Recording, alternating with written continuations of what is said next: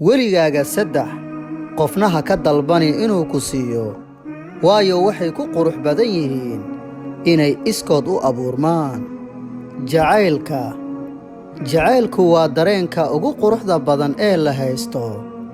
jacaylku waa waxa ugu adag ee la kasbado, sidoo kale waa waxa ugu xanuunka badan ee la waayo.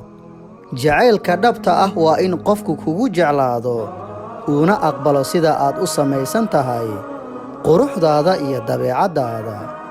weligaaga qofna ha ka baryin inuu si dhab ah u jeclaado naftaada ama inuu ku siiyo dareen jecel oo dhab ah.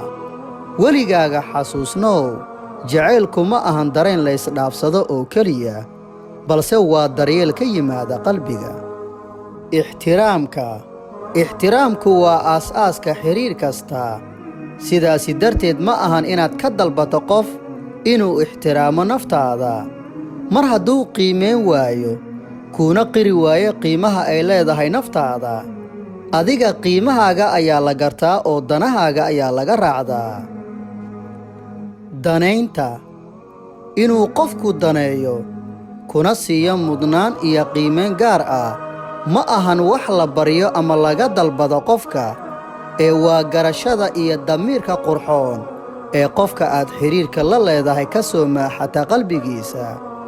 danayntu waa dareen ku dheehan muhiimadsiinta xaaladahaaga, hadalladaada, wanaaggaaga, farxaddaada, dabeecaddaada, habdhaqankaaga iyo wax walba oo ku saabsan naftaada.